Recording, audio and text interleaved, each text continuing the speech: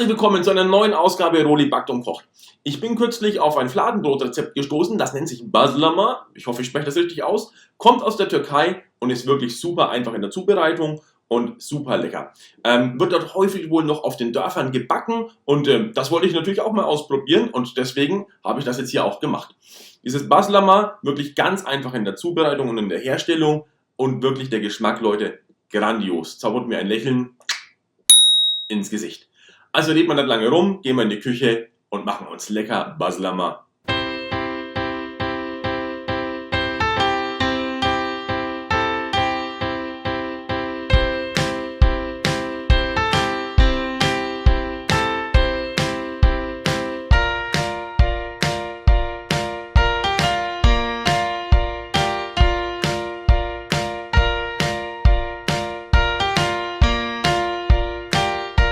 Ja, wir machen hier die Variante mit den 500 Gramm Mehl.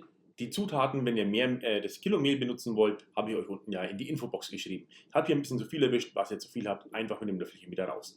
Dann nehmen wir unsere 225 Milliliter Wasser und geben die gleich zum Mehl dazu. Einen kleinen Rest lassen wir drin, denn darin lösen wir die Hefe auf, und zwar egal, ob ihr die frische habt.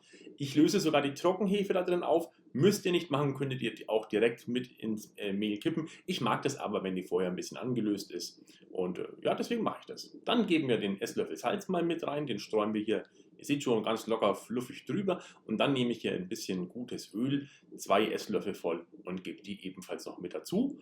Und dann, ja, eigentlich fast schon als letzte Flüssigkeit, noch 2 Esslöffelchen Milch. Haut jetzt das Ei mit rein. Ich habe das an der Stelle vergessen. Jetzt das Ei. Das Ei, das Ei, das Ei. So, Ei drin, dann schmeißen wir unsere Hefemischung da mit rein und dann verkneten wir es. Und wer das Ei vergessen hat, so wie ich, der kann es jetzt auch noch dazu geben, aber das dauert dann deutlich länger, bis das mit in den Teig schön reingearbeitet ist, wenn der schon vorgeknetet ist. Geht aber auch noch, kein Problem.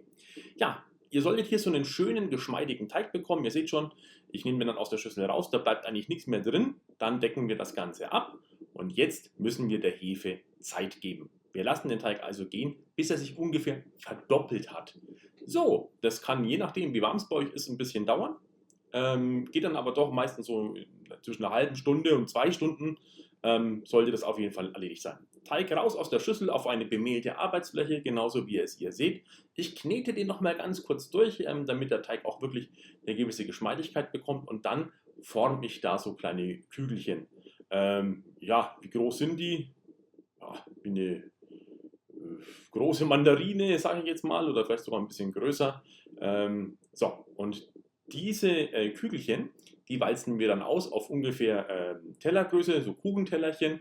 Die müssen auch nicht so dünn sein wie beim Pizzateig. Es geht eigentlich relativ fix, walzt einmal ein bisschen drüber und dann decken wir das Ganze ab und lassen die nochmal gehen, circa 20 Minuten, dass sich die Hefe da innen nochmal ein bisschen aktivieren kann natürlich und ihre Arbeit verrichten. Dann, ihr seht schon, nehmen wir hier eine heiße Pfanne, und das, was ihr hier seht, ist optional. Hier habe ich noch ein bisschen Schwarzkümmel, den drücke ich einfach oben noch ein bisschen an.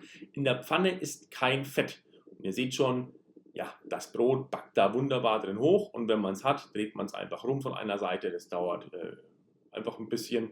Ja, und dann ist es auch fertig. Sie haben so von jeder Seite 3-4 Minuten. Wichtig ist nur mittlere Hitze, also hier nicht volle Pulle aufstehen, sonst ist euer Brot außen schwarz und innen nicht durch. Was ich wirklich fantastisch finde, und man sieht es hier nochmal ganz toll, man legt das Brot einfach rein, wie das hochgeht. Ich habe das hier mal im Zeitraffer, na, ihr seht schon, wie die Hefe sich da ausdehnt und euer Brot also richtig schön durch wird. Auch hier nochmal blub, macht es da 3-4 Minuten. Ja. Hier habe ich etwas zerlassene Butter, auch das hier ist rein optional. Wer nachher das noch ein bisschen bestreichen möchte, nimmt einfach ein bisschen zerlassene Butter, was weiß ich, 70 Gramm, zerlässt die, dann ein Teelöffelchen Salz dazu, dann hauen wir 2 Teelöffelchen Paprikapulver dazu, dann nehmt wieder presst eine frische Knoblauchzehe rein, oder ihr nehmt hier einen Teelöffelchen Knoblauchgranulat und etwas Petersilie, getrocknet oder frisch. Frisch ist fast ein Ticken besser, habe ich aber leider nicht im Garten, noch nicht. So, einfach ganz kurz durchrühren, und wer es jetzt noch ein bisschen scharf mag, der gibt noch ein bisschen Cayennepfeffer oder auch normalen Pfeffer dazu, wenn man es nicht ganz so würzig möchte. Und damit ist dann das Brot fertig, man kann es bestreichen. Leute, ich sage euch, ein absoluter Gaumenschmaus. Probiert das Rezept auf jeden Fall aus, es lohnt sich.